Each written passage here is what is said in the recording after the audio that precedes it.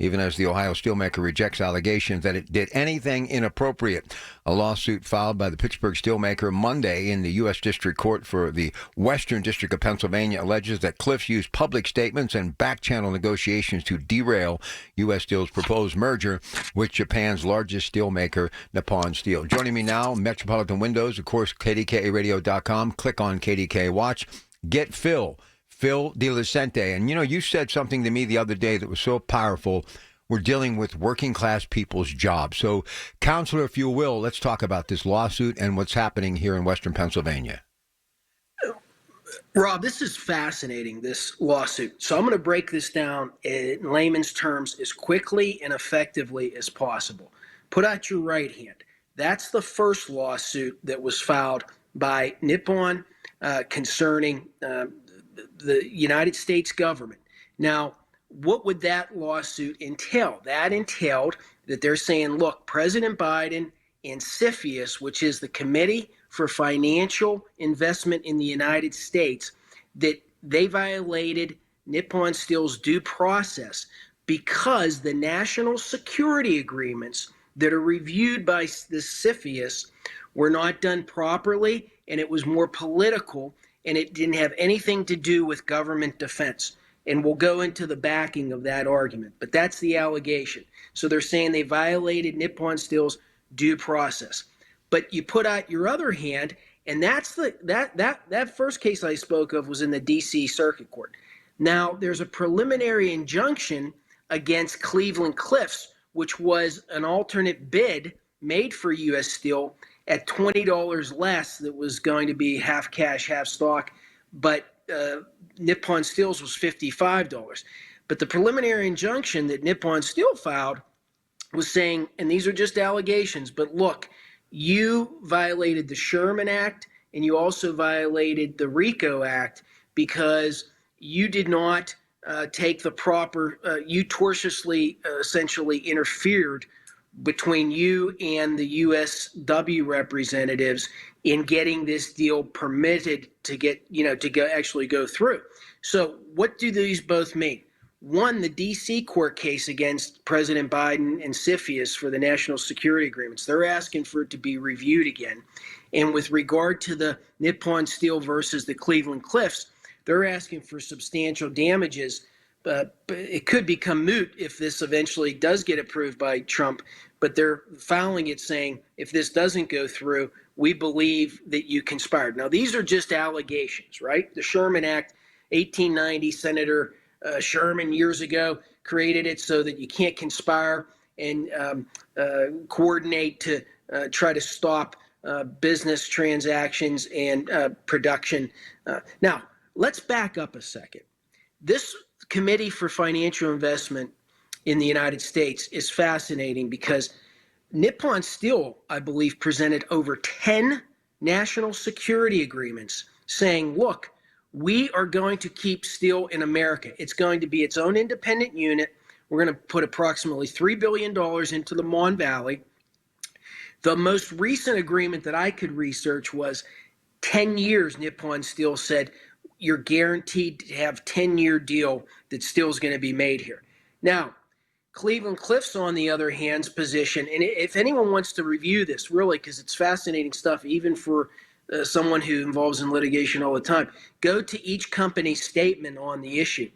Cleveland Cliffs, on the other hand, says, look, that's your fault that you didn't pass the CFIUS review board, President Biden's Committee on Financial Investment in the United States, and you shouldn't blame us, and that's really your own fault. That's sort of their defense.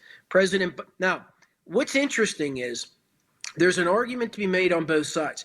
President Biden did say back in March of 2024, before probably reviewing anything, reading anything, I'm blocking this deal.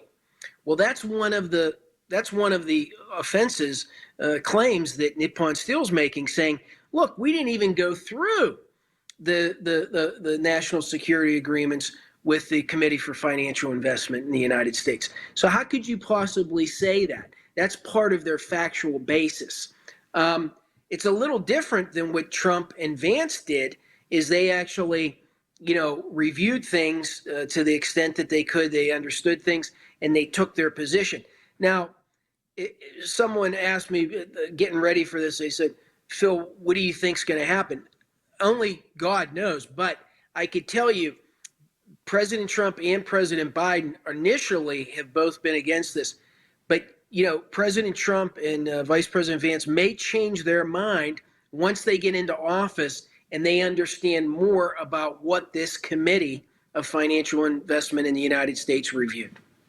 Right. Sorry if that was long-winded, but there's a lot there. That's why you're here. That's why you are Get Phil DeLucente. Absolutely love it. So let me ask you, say this thing does not take place, and eventually you have family after family after family losing everything. What's to say that they don't call you and say, hey, Phil, I want somebody to represent me. My livelihood was taken away when there was an opportunity for it to be thriving for me and my children who would maybe want to follow in my footsteps. Store owners, restaurant owners, school districts. This will literally turn the Mon Valley into nothing but tumbleweeds if this deal doesn't get done. And eventually, which many people believe, just like they did in Weirton when they bought the tin mill, Cleveland Cliffs shut that down too. So the thought process is, who is out there speaking on behalf of the working class people of this region? Well, I think you really phrased that perfectly. It's just like anything in life today, right? Who can we trust? Who can we believe? Who can we believe is going to go through with what they say they're going to do? You can make three different arguments. The first argument is, if it's about corporations and profit, the Nippon Steel makes the best deal because they're given the highest per share, $20 more than Cleveland Cliffs. The counter argument is, the second one is, well, Cleveland Cliffs is an American company.